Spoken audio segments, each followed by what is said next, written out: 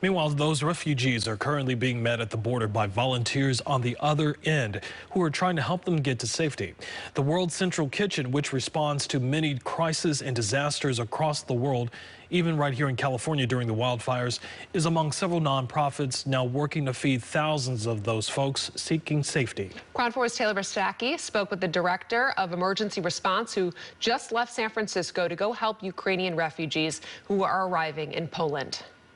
Look, these are people that are displaced, don't have a home, don't know where they're going to get their next meal. World Central Kitchen is helping solve one of those problems for thousands of people fleeing Ukraine. Director of Emergency Response Sam Block traveled from San Francisco to Poland a few days ago to ensure that people crossing the Ukrainian-Poland border each day are being met with food, water, and other resources. One of the borders where we're set up, providing thousands of hot meals every day.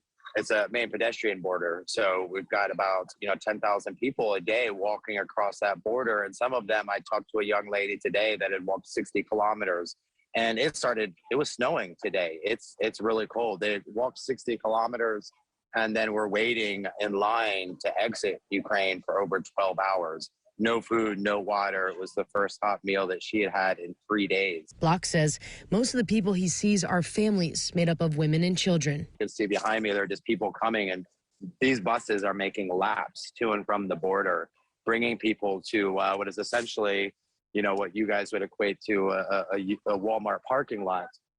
And from there, just kind of figuring it out. So a lot of people really unsure. Their accommodation centers getting set up. In addition to their work in Poland, World Central Kitchen is also supporting local restaurants preparing meals in Odessa and Lviv, which are two cities in Ukraine. The nonprofit is also preparing a response to families arriving in Romania and Moldova. Estimated hundreds of thousands of Ukrainians have left, and we don't know how many more hundreds of thousands will leave.